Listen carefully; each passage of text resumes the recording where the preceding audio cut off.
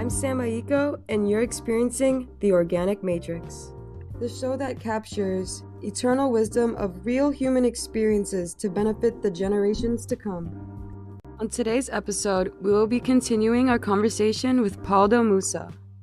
If you're here for the first time, let me tell you a little bit about Pauldo. Pauldo is from Waterloo, Iowa. At age 19, he was an honor grad and he was number 1 in his class at USMC combat training. At 20, he became a rugby coach. 4 years later, he was selected to play for Iowa Rugby Union traveling team. His college team was ranked number 2 in the nation for D2 rugby. And it didn't stop there. Pauldo also became an ordained minister. He is an alumnus of Iowa Central College. During our conversation, Pauldo told me about the origin of rugby and how Iowa Central took multiple national titles. How his experience with rugby and the Marines influenced his ideologies.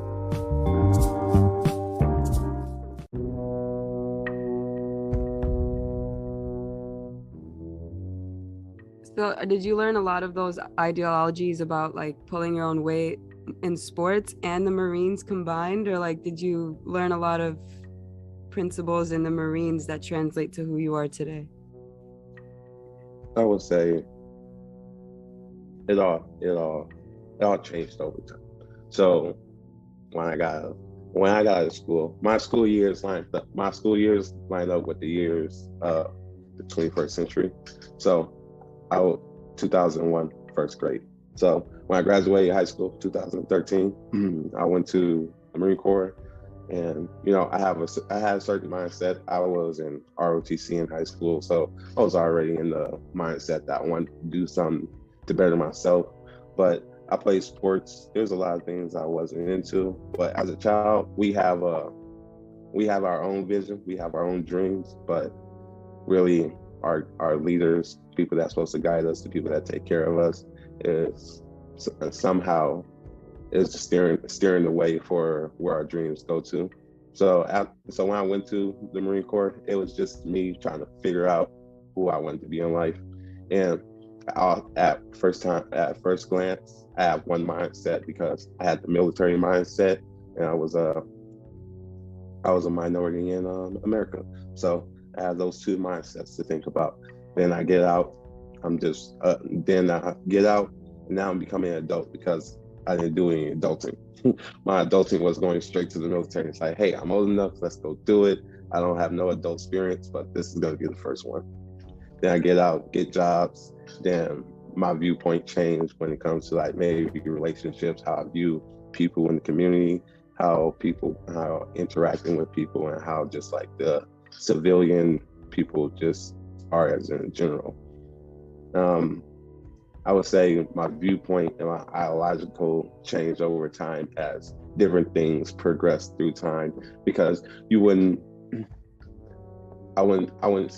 say there was back. I would say maybe when we was like 94, there might not have been like a lot of movements for the LGBT community or like for trans people. So like that might not have been like something that was like at the top of your ideological for like you should always think people are human, or the beings that we are, consciousness, the light, the vibration that we are on the plane of existence that we live in, or whatever time spectrum that you are present in at the moment. It just grew over time to where I started doing tattoos, started doing stuff like that, playing rugby. I'm learning how to be more of a leader, and then I'm more interacting with kids and how to be more of a communal person. Then about, I'll say 2 years into my tattooing is when I first started doing psychedelics. Then that's where like that realm of higher consciousness started coming in. So now like I was more awoken to not just like myself in this present linear time that we are perceiving at the moment, but I look past that, and then that just gave me more of the spectrum than thinking of like, all right, we're all each other, where one, actually I had a quote. It's from one of my, it's a quote from one of my favorite video games, Red Dead Redemption 2. There's a scene where you're supposed to help the lady at the church, and the whole time he's just talking about how he's a bad guy, and he does bad things because he's an outlaw and everything. But every time they run into each other, he's always doing something good for people or doing something nice for her. So it's like, oh, you sure you're a devil? Because every time I see you, you're acting like an angel to me. So the quote was, people's heart, a person's heart is rarely pure. Also, a person's heart is rarely impure. So it's one of those things where it'll go back and forth with you. And also you'll always be the bad guy to somebody else's play. So you just always treat people with the respect they're due and owe, whether it's the time and experience they have. Like, there's some things you just don't say to kids because maybe the knowing of that is not time for them to know that or experience that. You gotta let kids dream, you gotta let them imagine and build a new world for us, or we're still gonna be stuck in the same rut that we are in now. So if you don't let the dreams flourish, we won't have fields to run through. I love that. That's so true. Like, I think that's such a beautiful way you said it. Like, we have to let kids imagine so that they can create the future. Otherwise, we're not going to change. And that's like, you look at Elon Musk right now. Like, this big child, man. It's like, oh, I got high revenue, and first of all, I'm making a difference. So like, it's not the 1950s. You can't just whack me because I'm making something new that actually benefit the world, but also benefit the planet too. I mean, technically it's that's still like the angel and the devil, because it's like, yeah, you're giving people electric cars, you're trying to help all of this, but you also got to think the materials that go into making that still comes from the earth. There's still things out there that's causing the problem with the earth to get the materials for you to make to cure the earth. So it's still an angel and a devil, but I appreciate the effort. Doing better than most people would be.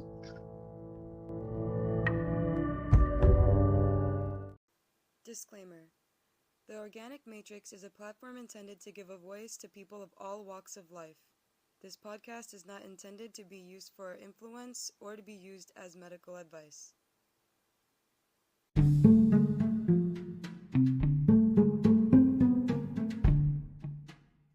And like, imagine in another universe, like Elon Musk is Tesla reincarnated, and that's he's like, y'all took me out once, not again. I got Android, dude. With the way he going, he probably already working on his own time machine, not telling anybody, or some quantum physics stuff, and he's talking to all his selves in different dimensions. Like, hey, yeah, that the guy from the that you're supposed to have an appointment with next week, he's kind of thinking of like flipping on you, and you might die. You're like, oh, word, all right, I'll keep that in mind. All right, cancel appointment 3:00. All right. Oh my gosh. Like, I had an acid trip in college. Like, I took a break from acid because at one point, like, I broke through where like just a little bit of it sent me outside of my body. Like, now I can't really I can, but I don't take hallucinogens anymore because I go into this mirror dimension where like I look like, like those little electric sparks and like you can see sometimes, like, yeah. Like when I was tripping, I like looked into that one particle and I looked inside of it and I saw like all those little sparks were different mirrors of ourselves. And like I started looking into the windows and seeing all the different Sams and different realities. And we all became conscious of each other at the same time in this trip. And it was like so hard to get myself back in this body, like into this one singular reality. Like, so when you mentioned that, I had like a flashback of that trip. And I'm like, damn, because it's like, it is possible to reach that level of awareness. Because like as humans being like problem solving creatures and pattern addicts, like all we need to do is fathom a different variable of our lives being different and how it would impact our personality because we know ourselves. Like, and it, yeah, it, that kind of stuff. Really, yeah. It's just, that's where the movies come from. Because like you think about it, like when people make a story or like write a book like Harry Potter, they literally seeing like this, a person, they have a birthday, they have a zodiac sign, they have a favorite food, each character has a history. Like to think of like someone to dream up a reality like that, like, and what I feel is like there's no way that's just made up. Like that has to exist somewhere. And like now it does, it exists inside of our imagination, but I feel like we peer into windows. I mean, it's an imagination, or is it just, are we peering into imagination, or is imagination peering out of us? Because this is like, I can't, like, let's there's a mirror, like you all, every time you see yourself, it's probably flipped. Like you looking at the screen right now, and your face is flipped. So like you never see your face unless it's like a picture. Even then, it still might seem flipped to you. Like your perception of yourself doesn't seem right because you never see your face as you look through it. And I would say when I first did my trip, I use actual mirrors. So like getting to that point of elevation, I got the guy that was doing it with me, my little guide at the time.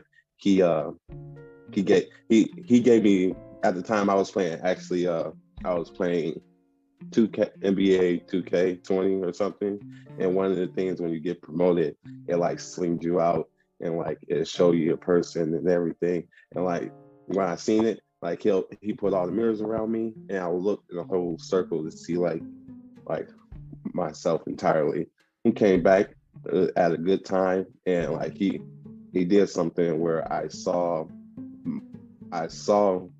myself gain the experience points and level up. Like it was like, oh, this is what leveling up is like. I just prestige. This is awesome. This is what prestigement looks like. This is, yeah. I'm glad. Man, this is great. This is because it's hard to think about, especially when some Eastern cultures, like you think of like reincarnation, and you're like, yeah, you get reincarnated. We can all think of that, like, yeah, we get reincarnated. But then it's like, but why can't I remember what I did then? But on this plane, if I even see myself, I just see a bunch of people that look like me. Well, somewhat look like me. We're all the same face, same color. We might have different tattoos, different hairstyles, stuff like that. But it's the same character, instead of like all the different characters you lived in the past life. Where's that gallery? I'm trying to get to that gallery. I'm trying to get those trait and attributes that I have in the past life, that way I can transfer it to a next generation. Like Assassin's Creed. It's one of my favorite games, actually. That, I think that stuff is like so true. Like, because in my spirituality, like there's this thing called the ascension flu, and it's like the idea is like being able to control your environment so that you can activate the best expression of your epigenetics, and that when your epigenetics activate, you feel like you have a little flu, like a little cold, because your body's going through these changes. It's remembering your past forms, picking the best form you had in the past from your ancestors, from your grandparents and your mom, and then who birthed them. Like, and science has also like found out that we have memories from our ancestors in our DNA. Like we inherit certain traumas because it's survival, right? Like you said, policy is based off of the fear. And life, that's why I named this podcast The Organic Matrix. Now that's why I'm really glad that you brought this up, because we're organic beings living in this matrix we called life, that we designed. We made all of the policies. We made the concept of currency. Like, and we also beat the jungle. We live in houses with central air conditioner. Like, It's my favorite thing is like I play D&D too. So like I'm not just an athlete. I'm like a nerd. I'm like I don't know what I am, but like I play some board games and imagination games, and I'm like, man, D&D sounds a lot about like what God would be if he was tripping. It's like that's my comparison to most times when people ask me about how does it feel when you're tripping or when you're doing mushrooms, when you're doing DMT, where you're doing ayahuasca. I'm like, well, depending on which one you do. I was like, maybe maybe top three. You do mushrooms, acid, DMT. I'll be like, all right, cool. Mushrooms. It's more like a visual thing. You can still feel it, but unless you take a lot, it won't be too aggressive on you. And it's like going to a art gallery. You get to go look around, you get to see everything, but you can't really touch anything. Like it doesn't, the physical attributes don't, like you feel it in your body, but like what it feels in your hand will be different. Like you can pick up the glass, it'll still feel like a regular glass. Like it might shift in your eyes and all, but like the glass will still look and feel the same. But if you was on acid, you'll feel texture, you feel the little things. You'll be so, it'll be hyper focused, and you have micro lenses on your eyes, and you're just like, well, I need to go focus in a little bit more, bring that. Yeah, God, that's really made with that many balls. This yeah, isn't black. I thought this was purple. that's so true. Yes. I told my boyfriend that I'm like, mushrooms is cool, but on acid, I just like to stare at shit really close. Like, You know, like you go into the details, you'll see the faces, you'll see the life inside. You actually, it's funny because if like you'll think about it, I tell people because they feel like they'll have a bad trip. I'll be like, you're not gonna have a bad trip. There's no such thing as a bad trip. They're like, what you mean there's no such thing as a bad trip? There's no such thing as a bad trip because you're afraid because you're nervous, and you're nervous because it's not something you experienced or you went through before, so you don't understand. So bad trips are just misunderstood trips. It's like, it's not a bad trip. You just don't understand what's going on in front of you. Like if you did it before and you did the same thing again, you wouldn't trip. You're like, oh no, this is like, I know how to do this. Like people that be like, oh, you shouldn't do this while you're tripping. You shouldn't do that while you're tripping. Not look in mirrors or do this. Like then when you do trip and you trip a couple of times, and the first time you do look in the mirror, it's like, whoa, then you like, oh, this isn't that bad. Then you do it more times. It's like, yeah, you just didn't understand the first time. That's why it felt bad, felt a little bit strange on you. It's like going on, once again, it's like going on that date. It's like, I don't know about this one. Right, check. yeah, I agree with that. And I think that also ties into like how it's just so strange. Like our superpower as being human is that we have really passionate feelings, but that means we're alive.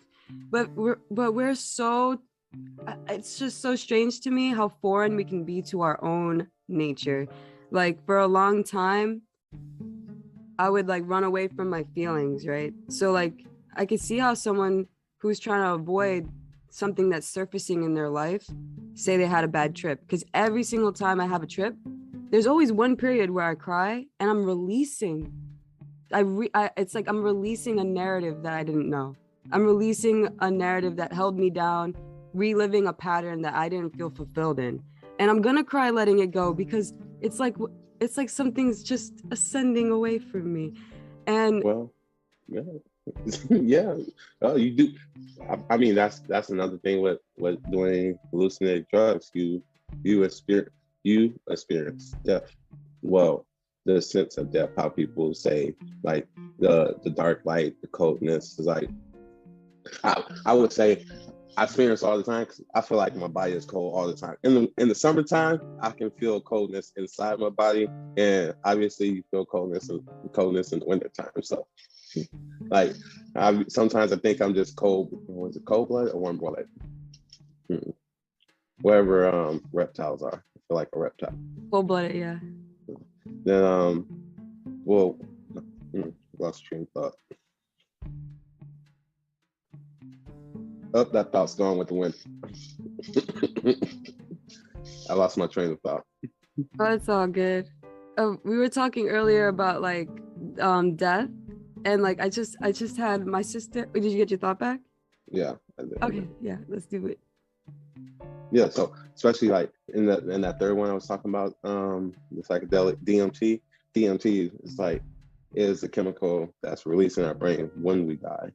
So taking DMT, you experience death and the cycle of it, and how the beginning is the start and the start is the end. And when you get to the end, like you get to see like everything that happened in between, and that's the most great part about it. Like you get to experience the whole book in your own, and it's many in 5 minutes, and somehow in 5 minutes you can experience a lifetime of memories of what you've done, or depending on how well your skills are, you can venture out and maybe see people that have passed over before. Meet, maybe if you want to meet grandparents or ghostly figures, depending on how your religion or how your perspective is set up. There's different ways you could do it. But like that death experience, that's what keeps me that's what keeps me going right now, because I tell people I've went to the bar like a couple of times since I just moved to a small town, and they drink a lot around here. Like we at the bar, and they've been drinking since I got there. I haven't drinking anything, but I mean I drank before I got there, but I'm more sober than them. Been drinking water. I'm hydrating myself, and I've just got all the energy in the world. They're like, man, how you get all this energy? I'm like, bro, it's easy. You know the circle, right? You born, you live, you die, right? Cool. If you know you're born, and you know you're gonna die. Those are the only options you got. You might be able to choose your death. That'd be great too. But you know you don't die. So what do you get to do in between? Everything you want to do. Anything you can imagine. And the best thing about it, you can do it if you're young enough to imagine. If you're brave enough too. That's what I see a lot. Like in the city, it's like a lot of people, I feel like they want to explore. Like a lot of people are born here, they stay here. Like I know there's a lot of people who want to live, but for some reason in the city, life is lived so fast, everyone lives for tomorrow. Like they work every day, they're the best workers. But then they're like, oh, when I retire, that's when I'm gonna. Oh, when you retire. Yeah, if you don't get to retirement, anything can happen tomorrow, bro. Yep, and that's what happened to my mom. Like my mom worked so hard. Like she okay, so like what happened to my mom was like really changed the way I live my life, and really got me to take responsibility for how I want to experience this lifetime. My mom passed away like 2 years ago from COVID, and like before that, her friend Gloria, thank you. She had a friend Gloria. She just retired. They both had the same job. They were COs, and she just retired. My mom's like, oh my gosh, you're the future that I want to see. I'm about to retire too. Woo! She goes to travels. She goes outside the country. She eats bad food. She gets mad cow disease. My mom's friend, like the most rarest thing ever. And then she passes away. And it was crazy as my mom inherited a car from her, and now that's my car. And so I'm like looking at this car, and my mom's driving in it before she passed away. She's like, Sam, I'm afraid that I've been waiting till retirement to live my life the way I want to, but I don't think I'm gonna make it there. And I'm like, stop saying that. And then boom, the next few months, she gets COVID, she passes away. And that made me wake up.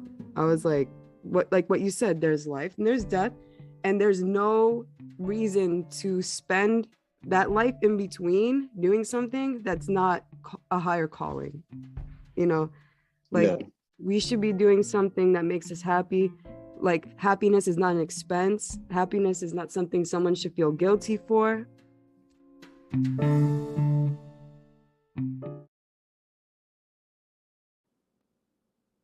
If you haven't heard about Anchor by Spotify, it's the easiest way to make a podcast with everything you need all in one place. Let me explain. Anchor has tools that allow you to record and edit your podcast right from your phone or computer.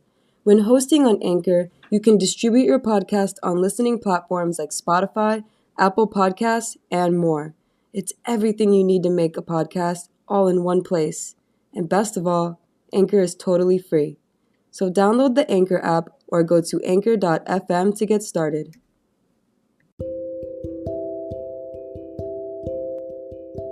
Like now it's like, I don't care if I only make it $200 a month, but at least I'm doing something I love because I've seen my parents spend 60, 50 years doing something to sacrifice, but like with no guaranteed fruits. Like, I mean, I definitely feel that. Like, and with the perspective of being like higher mind, like I see when it comes to like you watch maybe a motivational speaker or somebody that you like, they'll give you advice on how to be the best that you could be and everything, and they also tell you like this hardship they went through, and it's like that hardship. It's the I would say it's most of the determined factor. And it's a shame that right now I wouldn't say the universe, but like us as people with our policies, that's what sucked away the joy that, like, yes, we built so much stuff, technology has grown, and there's a lot of infrastructure, but we are a slave to our own wage. So it's like, all right, cool, you don't want to be homeless. Some people, they'll be happy to go live out in the woods, things like that. But also, the government has some problem about you not paying taxes or not living, not contributing to society. It's like, oh, you live off of nature. Can't have you doing that. You go fishing, can't go fishing without a license. You can't do this without a license. You killed that deer. I'm gonna have to take you in. You didn't have a license to do it. Then like you gotta pay. You always gotta pay money.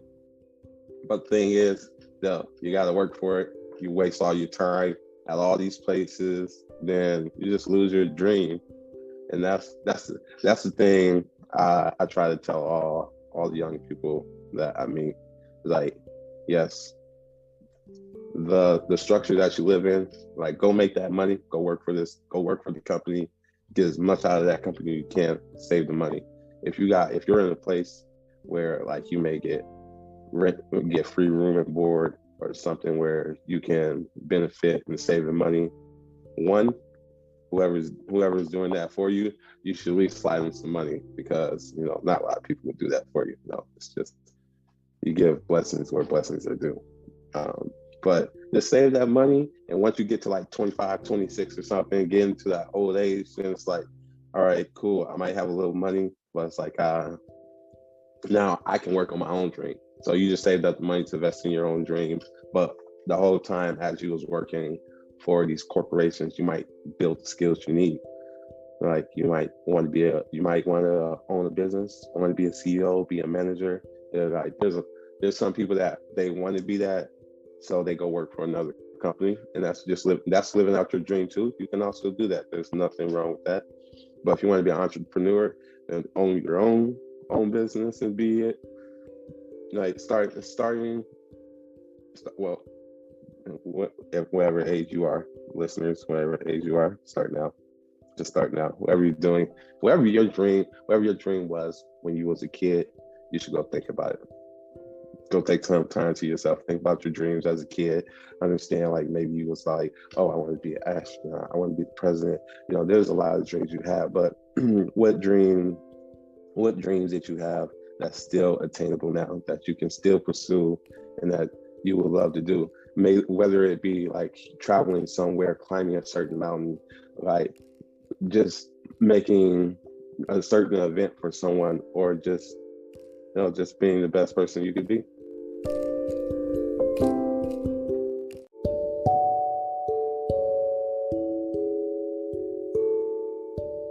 Being the best version of ourselves is a moment-to-moment kind of thing. being the best we can happens one step at a time. Here's a question I want to give to you. This is a question that has always been a good tool for me during tough times. What is the next best right thing that we can do? See you next week, where we will continue our conversation with Paldo. See you on the next download.